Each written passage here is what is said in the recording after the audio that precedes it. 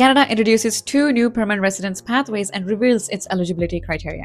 These 2 new programs are Rural Community Immigration Class and Francophone Community Immigration Class.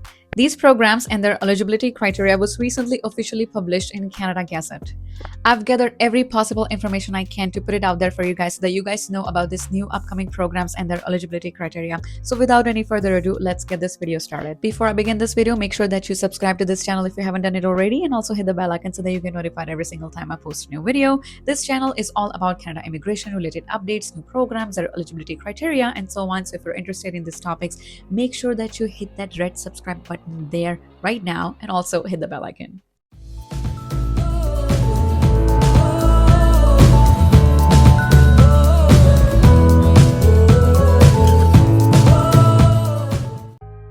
On December 14, 2024, IRCC officially published the eligibility criteria for 2 new permanent residency pathways in the Canada Gazette.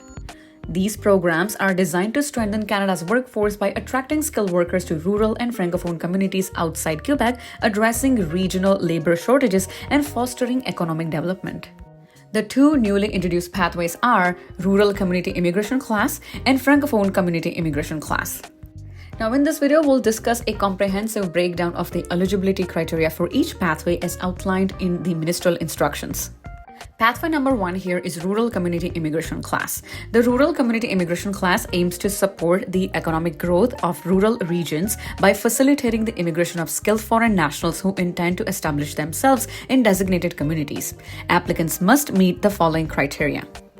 To qualify under this program, applicants must have a genuine intention to reside in a designated rural community within a Canadian province or territory outside of Quebec and maintain valid temporary residence status throughout the application process if applying from within Canada.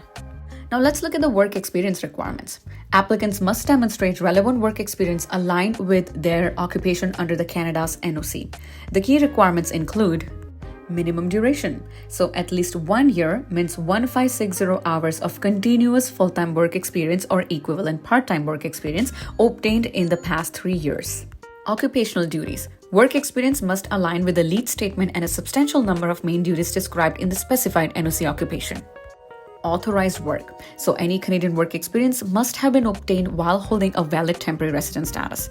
Additionally, applicants must meet the TIER, which is Training, Education, Experience and Responsibility category requirements relevant to their occupation. However, there is an exemption for international graduates. So international graduates or international students are exempt from work experience requirements if they meet all of the following conditions. Number 1, program completion. So graduated with a degree, diploma, or certificate or trade credential from a designated Canadian post-secondary institution within 18 months prior to application.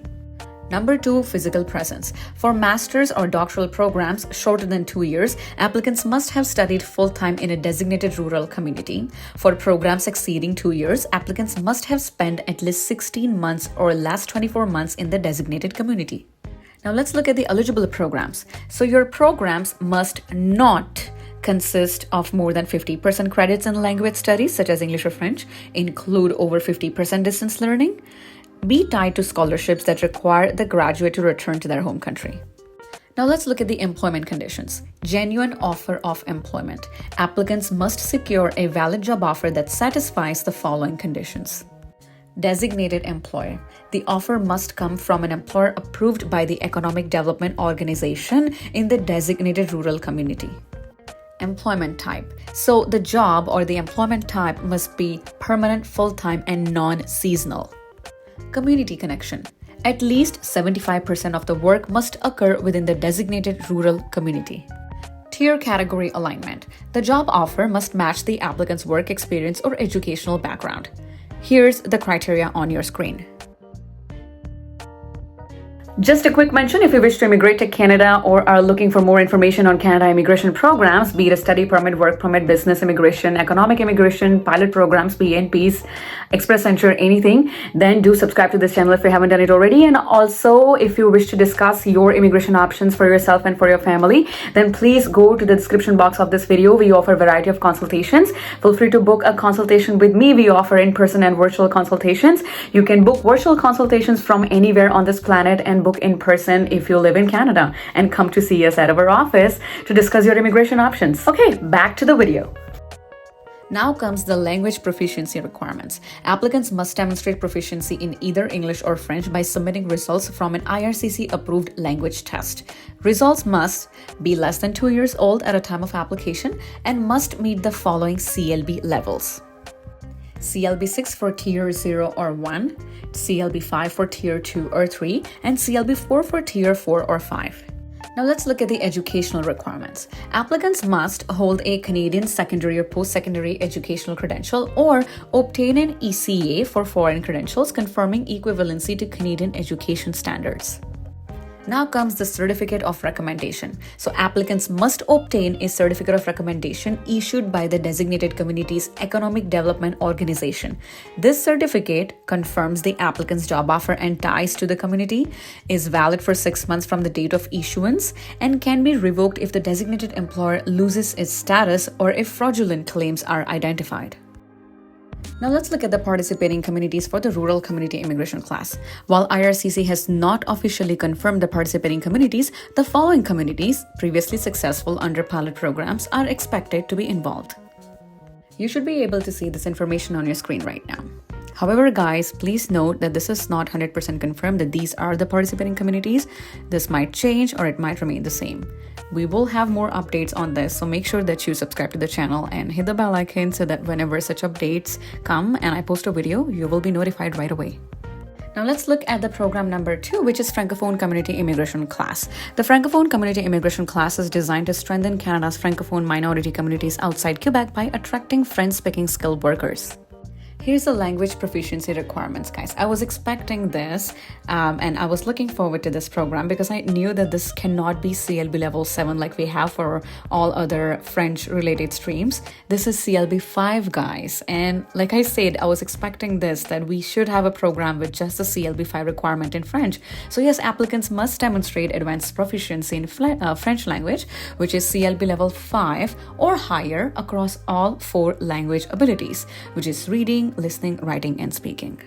Now let's look at the work experience requirements. Now the work experience criteria for this program mirror those of the Rural Community Immigration Class that we just discussed, which is having at least 1 year of continuous full-time work experience in the last 3 years, and experience must align with the lead statement and main duties of the relevant NOC occupation. In terms of the education requirements, well, the applicants must possess a Canadian secondary school credential or higher, or obtain an ECA for foreign education. In terms of the employment requirements, well, it has to be genuine. An applicant must secure a job offer that meets these criteria. Number 1 here comes from a designated employer and it's 100% genuine, is non-seasonal, full-time, and it's for indeterminate period. That means it's full-time permanent, and it involves at least 75% of work performed within the designated Francophone community and aligns with the applicant's qualifications and work experience. Now guys, we do not really have the participating communities for this particular program, but I'll make sure to post it right away as soon as I come across it or as soon as they reveal it. And yes, so it could be posted maybe on my Instagram or TikTok and or on my YouTube channel in a short video. So make sure that you stay tuned and also watch my other playlists, including short videos, so you'll be notified. Now let's take a look at some next steps for interested applicants. Now these 2 pathways are expected to begin accepting applications in early 2025. Prospective candidates can prepare by researching designated communities to identify opportunities and local priority occupations, securing credentials, so ensure educational, language, and work experience documents meet program requirements, engaging with economic development organizations for guidance and support in obtaining the certificate of recommendation, and staying informed. So follow official announcements from the IRCC for further updates, and also subscribe to my channel and hit the bell icon. The launch of Rural Community Immigration Class and Francophone Community Immigration Class represents a strategic step in Canada's immigration policy.